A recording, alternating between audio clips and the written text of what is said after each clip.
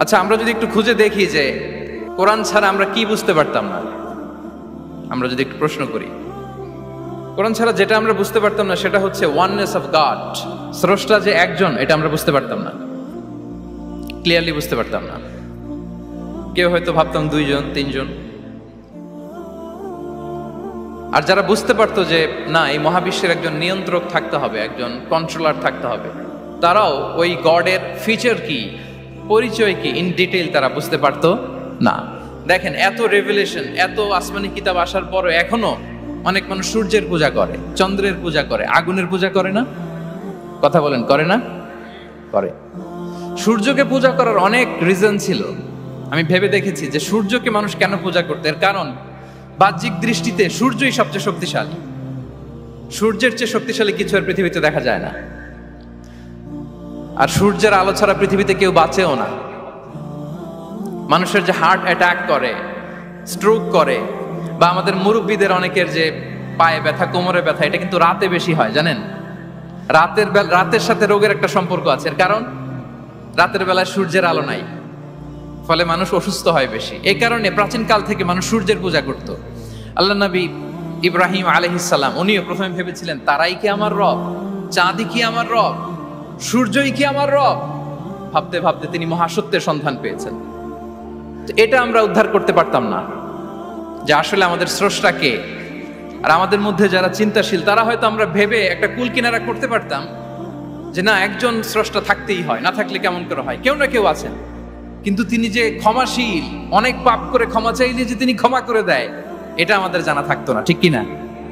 তিনি যে মহাজ্ঞানী, মনে মনেও যেটা ভাবি এটা উনি ধরে ফেলেন, এটা আমরা বুঝতাম না।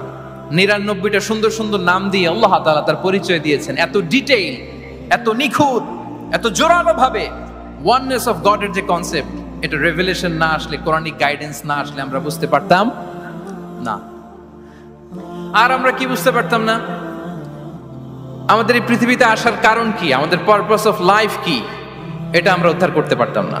ভবগুরুর মতো ঘুরে বেড়াতাম, খেতাম, কাজ করতাম, পৃথিবী আবাদ করতাম, ডেভেলপমেন্ট হতো, উন্নতি হতো, কিন্তু আসলে পারপাস অফ লাইফ কি, এটা আমরা উদ্ধার করতে পারতাম না। কোরআন এটা আমাদেরকে ক্লিয়ার করেছে, ওমা খালাকাতুল জিন্না ওয়াল ইনসা ইল্লা লিয়াবুদুন। আমাদের পারপাস অফ লাইফ হচ্ছে slavery. We all are the slave of Allah. দাসত্বের জন্য আমরা তৈরি হয়েছি। আর most interestingly, life after death, এটার ব্যাপারে আমাদের ক্লিয়ার কাট কোনো ধারণা থাকতো না। এই যে আমরা এখন বাই সিকোয়েন্স জানি যে আমরা মারা যাব, এরপরে কবরের আযাব, এরপরে আল্লাহর সুপ্রিম কোর্টের কাঠ গড়ায় আমাদেরকে দাঁড়াতে হবে, এরপরে হয় জান্নাত নয় জাহান্নাম, এবং সেটা আজীবন, চিরকালের জন্য। In detail life after death সম্পর্কে আমাদের নিজেরা চিন্তা, গবেষণা, রিসার্চ করে কি এটা জানা সম্ভব ছিল? বলেন, কথা বলেন, কথা বলেন, জানা সম্ভব ছিল না। কোরআন মৃত্যুর পরের জীবনকে নিশ্চিত করেছে, এবং এই যে লাইফ আফটার ডেথ, মৃত্যুর পরের জীবন আসলে আমাদেরকে হোপফুল করে, আশাবাদী করে। কারণ আমরা বিশ্বাস করি আমাদের হারানোর কিছু নাই। আমরা যদি কাউকে হারাই, সাময়িক কষ্ট পাই, কিন্তু আমরা জানি আমাদের আবার দেখা হবে। এই যে আমরা কিছুদিন আগে আমাদের প্রিয় আল্লামাকে হারিয়েছি, ঠিক কিনা? কিন্তু আমরা এই ভেবে বুকে আশা বেঁধে রাখি যে আমরা এই দুনিয়াতে তাকে মিস করেছি, কিয়ামতের ময়দানে আল্লাহর জান্নাতে এই কোরআনের বুলবুলির কণ্ঠে আমরা আবার কোরআন শুনতে পাবো। সাময়িক বিচ্ছেদের কিছু তো নাই। আমার আব্বাকে হারিয়েছি, আম্মাকে হারিয়েছি, বন্ধুকে হারিয়েছি, টিচারকে হারিয়েছি, আমি পাবো, তাদেরকে পাবো, হারাচ্ছি না। এই বিচ্ছেদ সাময়িক, এবং আখিরাত আসলে থাকতেই হবে। অন্যান্য অনেক ধর্ম আখিরাতের ব্যাপারে বলে, কিন্তু ইসলামের মতো এত ইন ডিটেইল, নিখুঁত ভাবে বলতে পারেনি। পুনর্জন্মবাদের কথা আপনারা শুনেছেন, ভালো করলে ভালো হয়ে আবার আরেক জন্মে আসবো, খারাপ করলে কুকুর হয়ে জন্মাবো, হ্যাঁ, বিড়াল হয়ে জন্মাবো, এরকম কথা অনেক ধর্ম বলে। কিন্তু ইসলাম এত সুন্দরভাবে দ্য কনসেপ্ট অফ আখিরা আমাদের সামনে হাজির করেছে। আল্লাহু আকবার। এটা হিউম্যান ব্রেইন দিয়ে ওই ব্যাপারে আমাদের কোনো কিছুই জানার সুযোগ ছিল যদি আল্লাহ তাআলা কোরআনিক গাইডেন্স না পাঠাতেন। এবং আখিরাত আসলে থাকতেই হবে। ইফ দেয়ার ইজ নো আখিরা, then this worldly life would be a joke. আখিরা না থাকলে তো এটা একটা joke, it's a fun, it's a rubbish thing. আখিরা থাকতেই হবে। কারণ অনেক কিছু পৃথিবীতে সেটেল হয়নি, সেটেল হয় না। আপনাকে মেরেছে, কাউকে হত্যা করেছে, কাউকে গুম করেছে, পৃথিবীর কেউ জানে নাই, তো এটা সেটেলমেন্ট হওয়া লাগবে না? কথা বলেন না কেন? There are plenty of issues are abandoned, unsettled. অনেক ইস্যু আছে, সেটেল হয় নাই, এগুলো সেটেল হবে। কড়াই গন্ডায় হিসেব চাওয়া হবে, যত ঋণ সেদিন আদায় করা হবে। চিল্লায় বলেন ঠিক কিনা? এজন্য আখিরাত লাগবে। এবং আখিরাত যদি না থাকে, এই পৃথিবীতে আমরা কোনো বিচার কার্যক্রম পরিচালনা করলেও ওইটা ইনসাফপূর্ণ হওয়া সম্ভব না। কোনো বিচার ইনসাফপূর্ণ হতে পারে না যদি আখিরাত না থাকে। ফর এন এক্সাম্পল, খেয়াল করে উত্তর দিবেন। একজন মানুষ 10 জনকে হত্যা করলো। কয়জনকে? সবাই বলুন কয়জনকে? এখন তার বিচার করা হচ্ছে, বিচারের রায় আসলো ডেথ পেনাল্টি, মৃত্যুদণ্ড। কিন্তু তাকে কয়টা মৃত্যুর স্বাদ দেওয়া যাবে বলেন? হ্যাঁ, কয়টা? উনি মারছিল কয়টা? তো হয়েছে এটা, ও 10 জনের মারছে, 10টা প্রাণ হত্যার কষ্ট করা হচ্ছে। বিচারের রায় আসলো ডেথ পেনাল্টি, মৃত্যুদণ্ড। কিন্তু তাকে কয়টা মৃত্যুর স্বাদ দেওয়া যাবে বলেন? হ্যাঁ, কয়টা? উনি মারছিল কয়টা? তো হয়েছে এটা, ও 10 জনের মারছে, 10টা প্রাণ হত্যার কষ্ট 10 জনকে দিল। কিন্তু ডেথ পেনাল্টিতে ওকে দেয়া গেল কয়টা কষ্ট? আখিরাত লাগবে না? কথা বলেন না কেন লাগবে না? ওই দিন সব হিসাব হবে, ঠিক কিনা? প্রিয় ভাইরা, কোরআন আমাদেরকে এই গাইডেন্স দিয়েছে, আমাদের জানিয়েছে যে there is a life after death. আসল জীবন ওইটা যেটা মৃত্যুর পরে হয়। ওই জীবনের পরে আর কোনো মৃত্যু নাই, এজন্য সেটাই আসল জীবন। আমি অনেক মুসলিমের সাথে কথা বলেছি, অথবা আগে প্র্যাকটিসিং ছিল না এরকম অনেকের সাথে কথা বলেছি। তারা যখন কোরআন পড়ে তারা বলে যে এটা আবার কেমন বই, এটার স্টাইলটা একটু অন্যরকম, কোনো বইয়ের সাথে মিলে না। কেমন? তো তারা বলে যে হঠাৎ এটা আল্লাহর প্রশংসা শোনায়, এরপরে হঠাৎ করে আখিরাতের কথা বলে, আবার হিস্ট্রি বলে, আবার বলে এটা করো না, আবার ধমক দেয়। এটা আবার কেমন বই?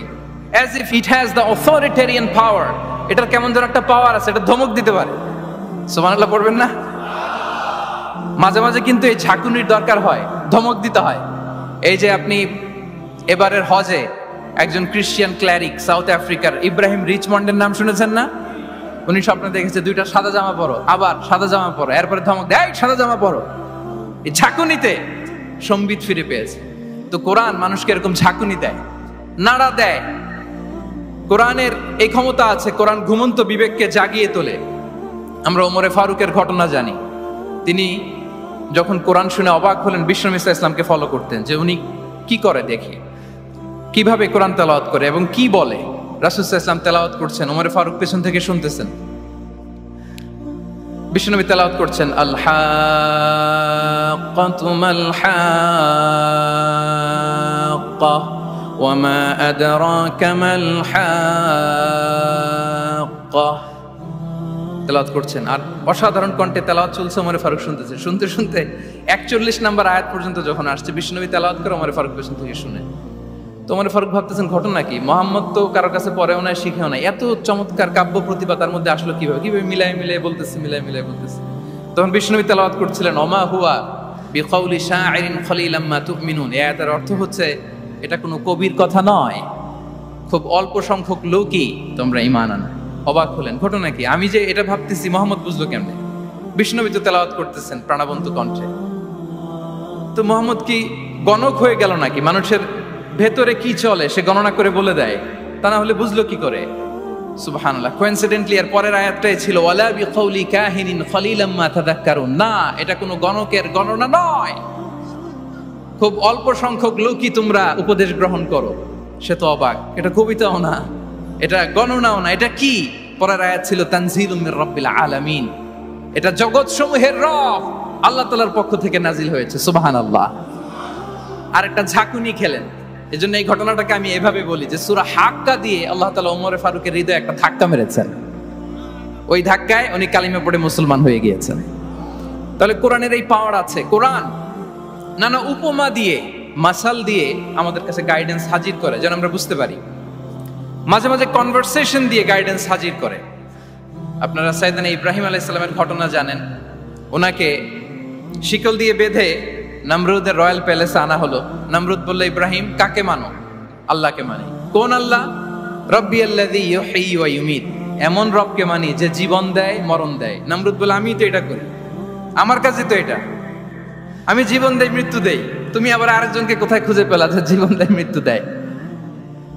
তো জেলখানা থেকে ফাঁসির দণ্ডপ্রাপ্ত দুজন আসামিকে ডেকে আনা হলো।